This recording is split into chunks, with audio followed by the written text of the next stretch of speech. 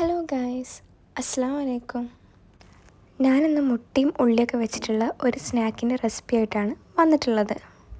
കഴിക്കാനും നല്ല ടേസ്റ്റി ആയിട്ടുള്ളൊരു റെസിപ്പിയാണ്. റെസിപ്പിയിലോട്ട് പോകുന്നതിന് മുന്നേ എല്ലാവരും വീഡിയോ സ്കിപ്പ് ചെയ്യാണ്ട് കാണാൻ ശ്രമിക്കണേ. അപ്പോൾ നമുക്ക് റെസിപ്പിയിലോട്ട് പോവാം. ഞാൻ ഇവിടെ 5 മുട്ട പുഴുങ്ങാൻ വെച്ചിട്ടുണ്ട്. ഇനി അതിലോട്ട് ആവശ്യമുള്ളത് വലിയ ഉള്ളി, ക്യാബേജ്, കറിവേപ്പില, മല്ലിച്ചപ്പ്, എരിവിനാവശ്യമുള്ള മുളക്.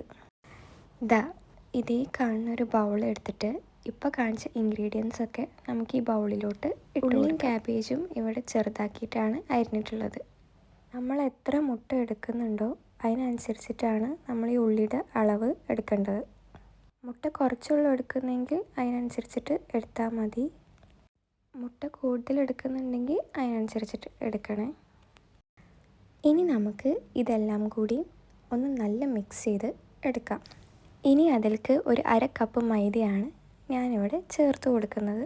ഒരു 1/4 കപ്പിനെക്കാട്ടിലും കൂടുതൽ കടലമാവും കൂടിയും ചേർത്ത് കൊടുക്കുന്നുണ്ട്. ചിക്കൻ മസാലപ്പൊടി 1 ടീസ്പൂൺ ചേർത്ത് കൊടുക്കാം. പിന്നെ എരിവിന് ആവശ്യമുള്ള കാശ്മീരി മുളക് പൊടി 1 ടീസ്പൂൺ ചേർത്ത് കൊടുക്കാം. കായം പൊടിയാണ് ചേർത്ത് കൊടുക്കുന്നത്, അതൊരിക്കലും സ്കിപ്പ് ചെയ്യാണ്ട് നോക്കാം കേട്ടോ. പിന്നെ ഇഞ്ചി വെളുത്തുള്ളി പേസ്റ്റാണ് ഞാനിവിടെ ചേർത്ത് കൊടുക്കുന്നത്. ഉപ്പും കൂടി ചേർത്ത് കൊടുക്കാം. ഇത്രയും ചേർത്ത് കൊടുത്തിട്ട് ആദ്യം തന്നെ വെള്ളമൊന്നും ചേർക്കാണ്ട് നല്ല മിക്സ് ചെയ്ത് എടുക്കാം. ചിലപ്പോൾ ഈ ഉള്ളിത്തൊക്കെ വെള്ളം കൊണ്ട് തന്നെ നമുക്ക് നല്ല നനഞ്ഞ് കിട്ടും. അതുകൊണ്ട് ആദ്യം തന്നെ വെള്ളം ഒഴിക്കാണ്ട് ഇതൊന്ന് നനച്ചെടുക്കാം. വെള്ളം തീരെ ഇല്ലയെന്ന് തോന്നുകയാണെങ്കിൽ മാത്രം കുറച്ച് വെള്ളം നമുക്ക് ഒഴിച്ചു കൊടുക്കാം. കുറച്ച് വെള്ളം 1-2 ടേബിൾ സ്പൂൺ വെള്ളം ചേർത്ത് കൊടുക്കാം. എന്നിട്ട് ടൈറ്റാക്കിയിട്ട് കുഴച്ചെടുക്കാം. അപ്പോൾ കുഴച്ചെടുക്കുമ്പോൾ ലൂസായി പോവാണ്ടിരിക്കാൻ പ്രത്യേകം ശ്രദ്ധിക്കണം. ലൂസായി പോയി കഴിഞ്ഞാൽ നമുക്കിത് മുട്ടയിൽ പൊതിഞ്ഞെടുക്കാൻ പറ്റില്ല. അപ്പോൾ നല്ല ടൈറ്റിൽ തന്നെ ഇത് കുഴച്ചെടുക്കാൻ ശ്രദ്ധിക്കണം. പിന്നെ സബ്സ്ക്രൈബ് ചെയ്യാണ്ട് കാണുന്ന നമ്മൾ ഫ്രണ്ട്സ് ഉണ്ടെങ്കിൽ പ്ലീസ് ഒന്ന് സപ്പോർട്ട് ചെയ്യണേ. സബ്സ്ക്രൈബ് ചെയ്തിട്ട് കൂടെ ബെൽ ബട്ടണും കൂടി ഒന്ന് പ്രസ് ചെയ്യണേ. ഞാൻ ഇവിടെ മുട്ട 2 പീസാക്കി ഹാഫാക്കി കട്ട് ചെയ്ത് വെച്ചിട്ടുള്ള ഈ ഉള്ളിയുടെ മസാല നമ്മൾ കയ്യിൽ ഇങ്ങനെ എടുത്തിട്ട് പരത്തി കൊടുക്കുക. അപ്പോൾ കൈ ഒന്ന് ചെറുതായിട്ട് നനച്ചിട്ടുണ്ടെങ്കിൽ ഒട്ടിപ്പിടിക്കാണ്ട് നമുക്ക് കിട്ടും. കൈ നനച്ച് കൊടുത്താൽ ഈസി ആയിട്ട് നമുക്ക് പരത്തിയെടുക്കാൻ പറ്റും. ഇനി ഒരു മുട്ട എടുത്തിട്ട് നടുവിൽ ഇങ്ങനെ വെച്ച് കൊടുക്കാം. എന്നിട്ട് മുട്ട മുഴുവനായിട്ട് പൊതിയാണ്ട്, മുഴുവനായിട്ട് വേണമെങ്കിൽ നിങ്ങൾക്ക് പൊതിഞ്ഞെടുക്കാം, പക്ഷെ കാണാൻ രസം ഇങ്ങനെ കുറച്ചായിട്ട് പൊതിഞ്ഞെടുക്കുന്നതാണ്. ഒരു 1/4 ഭാഗത്തോളം ഇങ്ങനെ പൊതിഞ്ഞെടുക്കാം. ഇത്രേ ഉള്ളൂ. നമ്മൾ മുട്ടയുടെ ഉണ്ണിയുടെ ഭാഗമൊക്കെ വരുന്ന ഭാഗം നല്ല കവർ ചെയ്യുക.